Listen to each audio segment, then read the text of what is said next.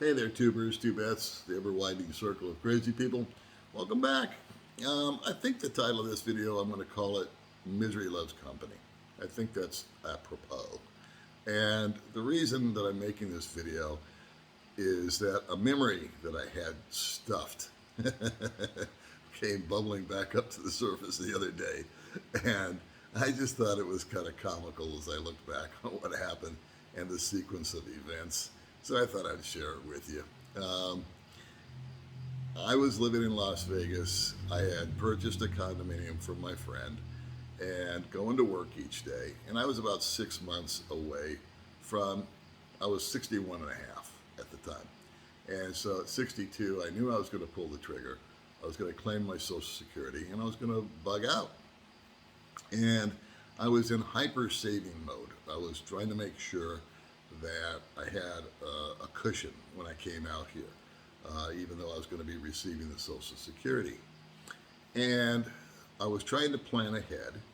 And so I called one of my kids up and I said, hey, listen, when I do sell my condo this year, would it be okay with you if I moved in with you, if I rented a room from you? One of my kids had like a 2-bedroom place, and him and his girlfriend, and their roommate had moved out.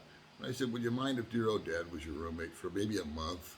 Because, I'll sell my condo later on, and I'd just like to camp out with you. And he said, no problem, Tops, come on. And they were really happy. All my kids were really happy for me making the move. They knew it was time for me to get a life. And so, about that conversation time, I was watching the real estate market and it really started to heat up. And I went into, you don't understand my state of mind, and it's really impossible for me to tell you or explain it to you, describe it. But I was in this weird paranoid state of mind and just under a lot of stress, self-induced primarily, and was overreacting a lot to things. So when I saw the real estate market start to bounce up, I had been burned before when the market went up and then crashed. And in my small reptilian brain, I figured that's going to happen again. What's going to happen is it's going to go up and then it's going to crash and I won't get any equity out of this place. A real pity party, And so I had made the arrangements with my kid and I thought, well, I like to be proactive. And I said, I think it would take 3, 4, maybe 5 months even to sell this place. I may as well toss it on the market and see if I get a couple of bites. I don't even know. Because I did the comps in the area and I was able to go online and see what was selling. And it wasn't really smoking hot where I was at as far as sales or transactions. So I thought, what the hell? I'll go ahead and toss it on the market. And so about a month later, I still hadn't put it on the market, but my son called me up and announced the good news. Him and his girlfriend were pregnant and they were going to be having a child. And so he was now going to downsize. And what he was going to do was move in with his girlfriend's mother. And that kind of killed my roommate idea. So he said, so he did. He moved in. And he says, you know what, Pops? I was talking with, I won't put a name into it, we'll call her Jane. And he said, I was talking to Jane, her mom, and she said, you could come over here and stay for a month or two before you go to the Philippines. Because she's got this big ass house and she wouldn't mind having the income, $400 or $500. Is that fair? I said, man, that is super fair. So I went over and I had met her once or twice before, but now the situation got more serious, obviously. There was going to be a grandchild. And so turns out that she was about 4 or 5 months along on the pregnancy before they shared that with anybody. And so, anyway, I went over and talked to this woman we're going to call Jane. And she seemed a little squirrely, but the house looked nice, and the bedroom looked nice, and we made nice, and so she agreed that she would go ahead and rent the place, and I think the number was either 400 or 500 bucks. And I put my house on the market, and it was about 5 months to go. And I figured, okay, this thing will take 3 or 4 months to unload, and before I get an offer that I'll accept, and um, you know, we'll make the transition. So I called a guy up that I knew. He listed the place for me, and what do you know? 3 days later, I have a full price offer and cash. So I decided, hell yeah, let's take the money and run. And 30 days later, escrow closed. I got rid of everything. Um, I don't think that I had the check in the bank yet. That was a couple of days away. But I needed to be out like in 2 days. So I called my son up and I said, hey man, the house sold. And I know it's early, and I know I was only going to stay for a month or two, but can I stay there for the next 4 or 5 months? And he said, yeah, let me check. I'll get back with you.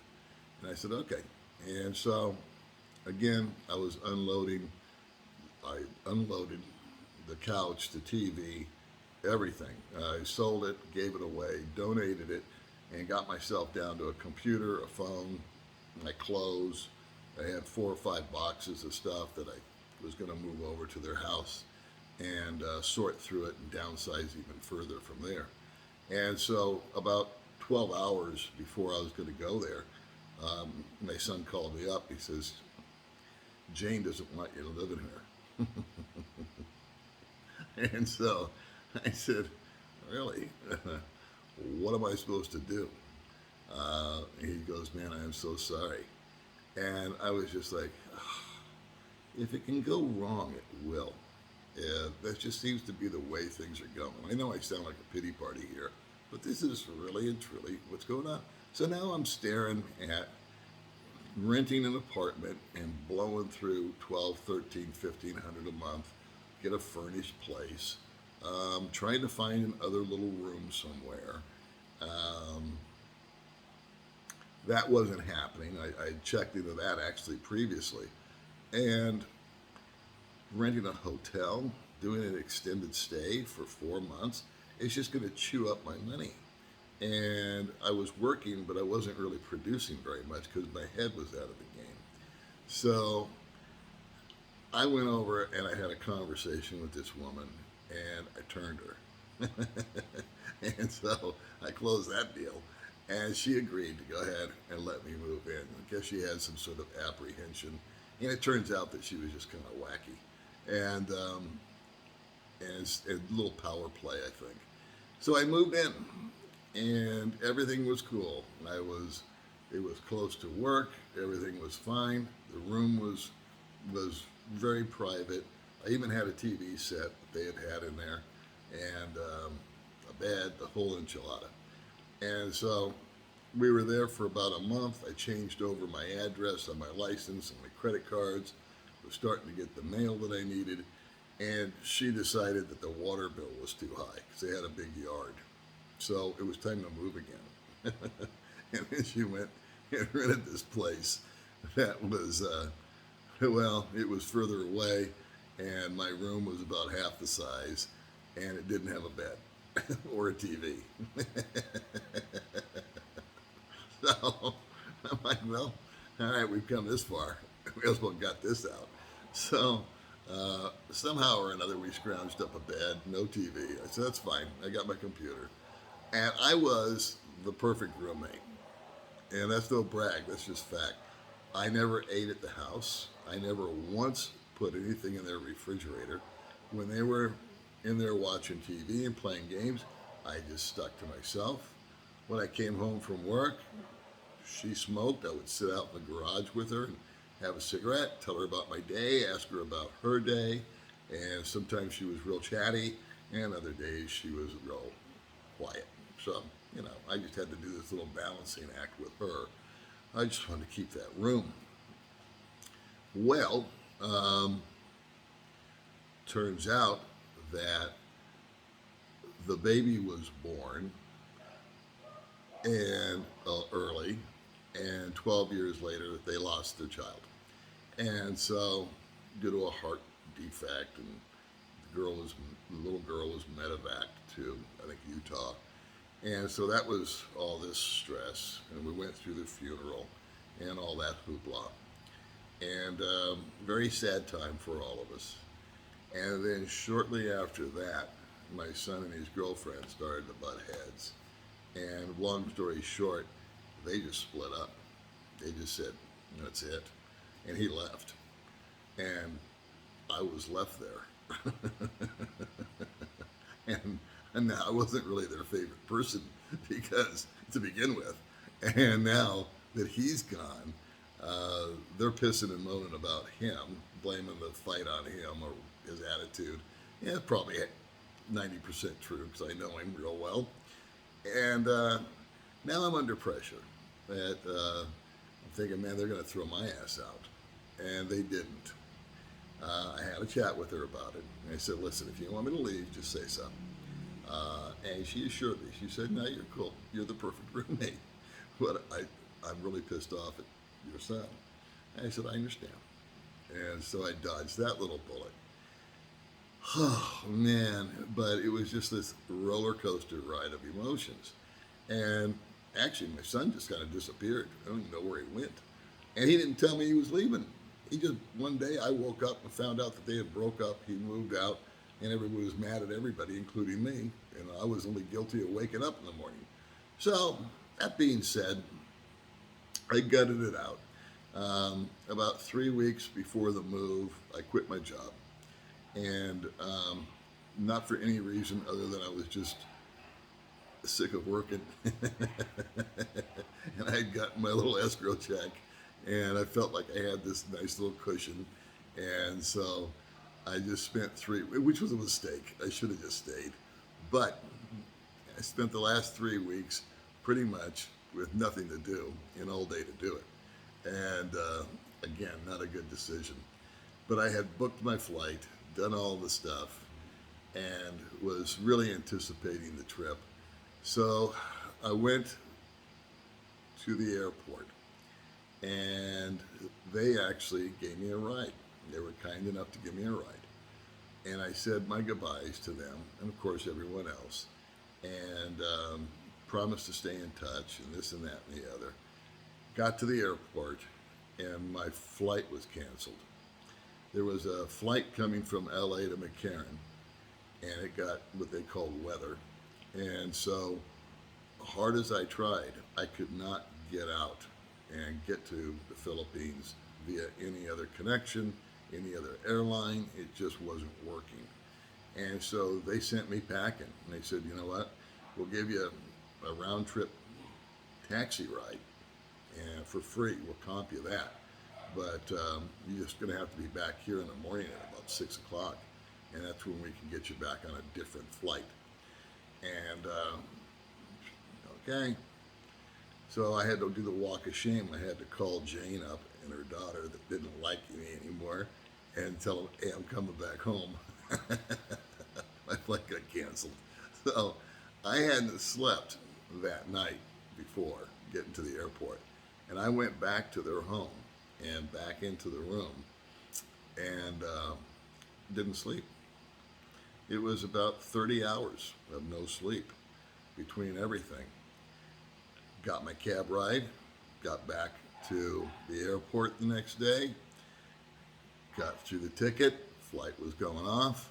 I had a throwaway ticket that was good for a flight from Manila to Singapore, 2 weeks into my 30 days here in the Philippines. And as I got up to give the young man that was there, I think on his first day, my ticket, he was reviewing it. And he says, oh, okay. He says, you're going to the Philippines, yes. He says, and you're flying into Cebu. That's correct. And then in 2 weeks, you're leaving out of Manila. Yeah. And he says, well, how are you going to get from Cebu to Manila? And it never occurred to me to say, I'm just going to take an airline, because there is a flight from Cebu to Manila, and then on to wherever it was, but I didn't have a ticket for that. So I said, and I was trying to think, and I just said, I'm going on a tour bus from Cebu to Manila. That's what I'm going to do. And he goes, huh? He says, well, why are you doing that? Why aren't you just flying out of Cebu? Because that's actually a shorter flight. And I lost it on the kid. I said, you know what? What do you effing care about what I'm doing for the next 2 weeks? And then a supervisor came over and looked at my ticket, and I thought I was in trouble. And she said, I apologize, sir. You're free to board the plane. You're perfectly fine. And she probably gave this little guy an ass chewing. So I got on the plane, I settled in, and for the next 15 hours, the woman 2 seats away from me coughed through the entire flight. And when I got to Cebu, I actually did a video about my first 24 hours there. I arrived, I never slept on the plane. I think I was going for almost 2 days now without any sleep. And I arrived with a cough. So, misery loves company. Hang in there, kids. Eventually, you too will get on the plane and make it to your final destination. All right, guys. I'll talk to you later.